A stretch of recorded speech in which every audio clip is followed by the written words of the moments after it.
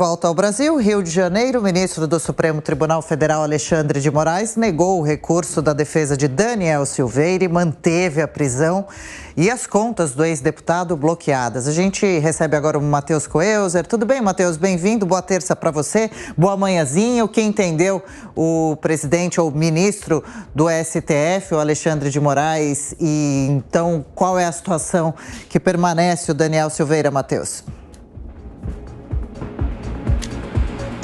Ótima terça-feira para você também, Adriana, Tiago, a todos que nos acompanham aqui no Jornal da Manhã. O ministro Alexandre de Moraes manteve essa decisão sobre a prisão do ex-deputado federal Daniel Silveira em virtude de todos os atos que ele responde em relação também à questão do descumprimento das medidas, como a não utilização da tornozeleira eletrônica e também sobre o fato da utilização das redes sociais. Foi nas redes sociais onde ele fez severas críticas, inclusive aos ministros do Supremo Tribunal Federal. Na época, no ano passado, na verdade, quando ele teve essa pena imposta de 8 anos e 9 meses de prisão, o então presidente Jair Bolsonaro concedeu o indulto em relação a essas penas, a anulação dessas penas, o que agora, então, o ministro Alexandre de Moraes entendeu ser improcedente.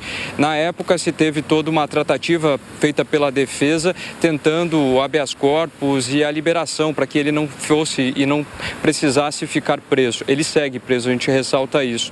E agora o ministro Alexandre de Moraes prevê que o julgamento aconteça nesse mês agora de abril em relação a esse caso. Ele foi preso em Petrópolis, na região serrana do Rio de Janeiro. Ele já acumula penas superiores a 4 milhões de reais em descumprimento dessas medidas cautelares e ele só conseguiu fazer depois a utilização da tornozeleira eletrônica quando foi imposta uma medida de um pagamento de 15 mil reais por dia, caso ele não cumprisse essa medida. Portanto, agora se tem esse julgamento para entender o que de fato vai acontecer.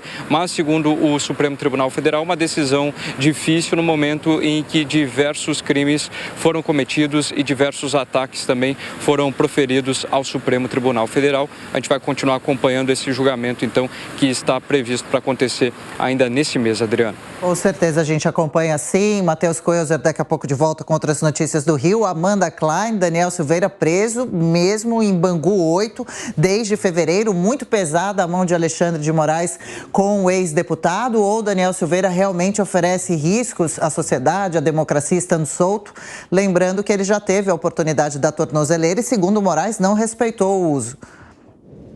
Adriana, a lei precisa ser cumprida. O Daniel Silveira é um descumpridor contumaz da lei. Ele não aceita, ele não cumpre, ele não paga o que ele tem que pagar, ele não usa tornozeleira eletrônica, ele não respeita os limites impostos pela lei. Por mais que ele tenha sido indultado pelo presidente Bolsonaro, isso ainda não foi julgado, tem que ser referendado pelo Supremo Tribunal Federal.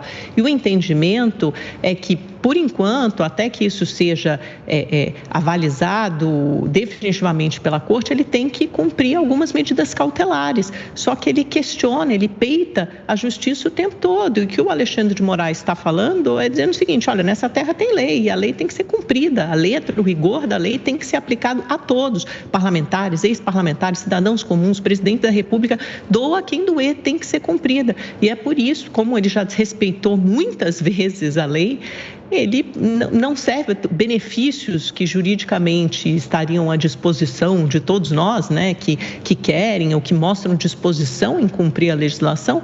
A partir de um momento, esse cardápio deixa de ser oferecido a ele.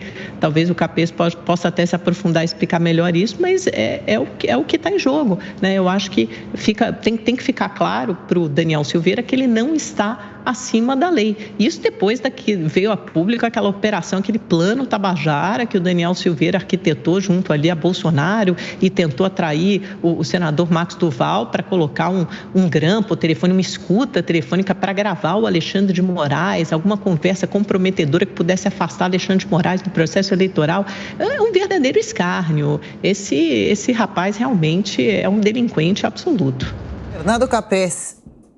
Bom, eu não tenho nenhuma simpatia por esse Daniel Silveira. Aliás, acho que foi um péssimo deputado, não trouxe nenhuma contribuição efetiva e não é uma pessoa muito inteligente para brigar dessa maneira com o sistema, né? Eu já vi até o crente virar descrente. o burro nunca vi virar inteligente. Então, é lamentável essa postura dele. Agora, ele não praticou nenhuma ação que eu digo, violenta. Não pegou em armas, não agrediu ninguém, não chegou a fazer uma ameaça efetiva. Então, essa pena de prisão é uma pena, a meu ver, ilegal. Ele está respondendo, ainda mais que ele recebeu o benefício da graça. A graça é uma manifestação soberana do presidente da República, né? O Supremo não pode rever uma decisão soberana. Então, eu acredito o seguinte, Sua Excelência, o direito. Em primeiro lugar, nós temos que fazer um respeito à legislação, à segurança jurídica, ao direito. Por mais que a gente não goste de um deputado, acho que ele realmente é uma figura perniciosa, que não traz nenhum benefício para a sociedade nem para a democracia, a resposta tem que ser nos exatos termos da lei. E me parece que a prisão preventiva dele, principalmente porque o Código de Processo Penal só autoriza a prisão preventiva para penas superiores a 4 anos. E não conheço pena superior a 4 anos de alguém que fale, ainda que fale um monte de bobagem. Então, me parece uma prisão mais com características políticas e fruto dessa enorme insegurança jurídica que vive o país. Eu espero que a gente caminhe para um cenário de maior estabilidade institucional, que cessem essas brigas do Poder Executivo com o Supremo Tribunal Federal.